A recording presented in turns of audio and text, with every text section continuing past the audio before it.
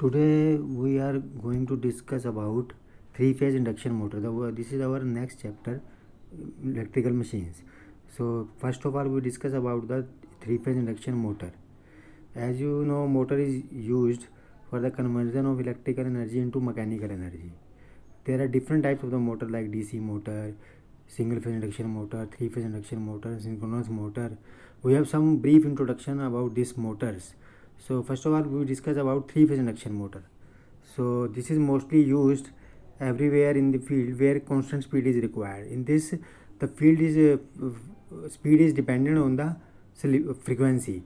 So we have to vary the frequency to change the speed. It is almost constant speed motor. So for the there is no any option to change the speed in vary the speed in a large way. So we have this three-phase induction motor which have this advantages is it has a simple and rugged construction. It is relatively cheap, require the little maintenance. It has a high efficiency and reasonably good power factor. It has a self-starting torque.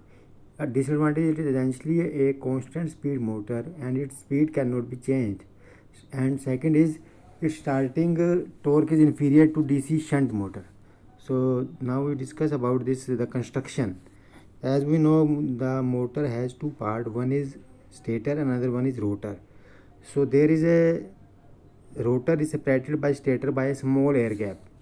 In this we have the gap length is about 0.4 mm to 4 mm depending upon the power of the motor. Okay, so next the stator part. It consists of a steel frame which encloses a hollow cylindrical core made up of a thin lamination of silicon steel. This frame is used to accommodate the stator. So in this we have the cylindrical core and we have a slot in this. So in a rotor we have silicon steel lamination is used because it has a very small hysteresis and eddy current losses. That's why we are using this silicon steel lamination. In this then we have the rotor which have two parts. One is squirrel cage rotor and another one is wound rotor. As you will see in the figure 8.2 we have the squirrel cage rotor, and in the figure 8.3 we have a slip ring rotor, wound rotor. We can phase wound rotor. In the case of squirrel cage motors, we have rotor have a slot and we put the bars in the bar rings in the slot and short circuited the bars. Means there are no interconnection of rotor with any outside terminal. But in the case of wound rotor we have external connection for the connecting the rotor with some external resistance. This is connected by the use of slip ring. So we have slip ring which connects the rotor part to the stator external resistance. Then we have the wound rotor. In this we show in the figure. This is the field winding which is shown in dotted block, and we have the slip ring. Then we have the external resistance which is connected in the rheostat in the manner of rheostat. Okay, so this is a wound rotor. Then we have a rotating magnetic field due to three-phase currents. In this we discuss how the rotating magnetic field is developed in the case of three-phase induction motor in stator. As we know, we have the three-phase system. Each phase is lag by angle of 120 degree. This is from the formula 360 by n, which is 360 and divided by n is the number of phases. So 360 divided by 3 phase we will get 120 degree. So we have this three flux phi x, phi y, phi z. This is phi maximum sin omega t. Then we have phi y, phi maximum sin omega t minus 120. Then we have phi z which is equal to phi maximum sin omega t minus 240 degree. In the figure second we draw the wave diagram of the three phase system. In this we have phi x is starting from 0. Then we have minus 120 degree lag phi y. Then we have phi z is 240 degree lagging by the angle of 240 degree from the ix. Okay, this is showing the field diagram in the rotor. Then we are taking instant first. We are taking this instant which showed we have ix is 0 and phi y is positive, 5y is negative and phi z is positive at the instant 1. So we are taking this value phi x is equal to 0 and phi y or phi z is equal to phi y is equal to phi maximum sine minus omega minus 120 degree. This will come from this formula phi x, phi y, phi z. Then we have this phi y is equal to phi maximum sine minus 120 degree.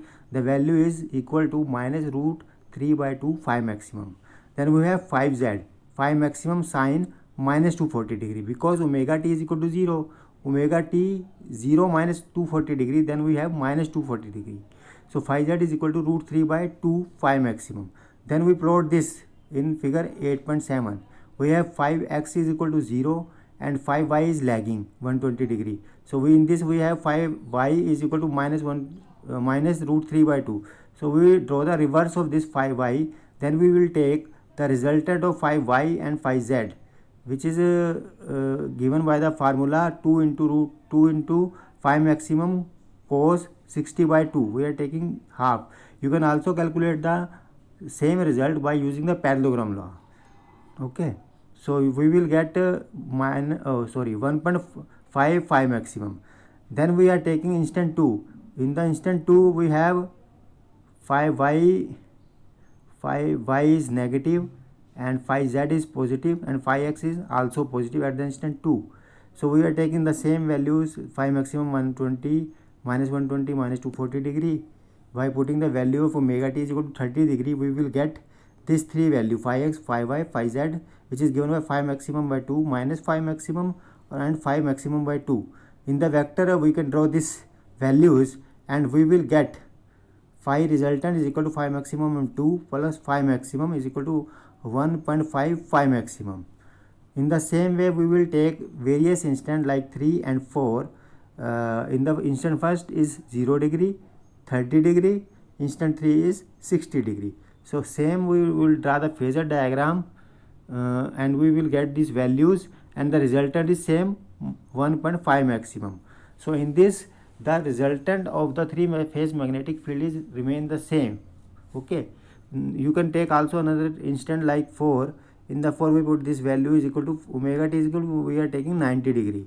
So we will put the value of phi x, phi y, phi z is equal to phi maximum minus phi maximum by 2 minus phi maximum by 2.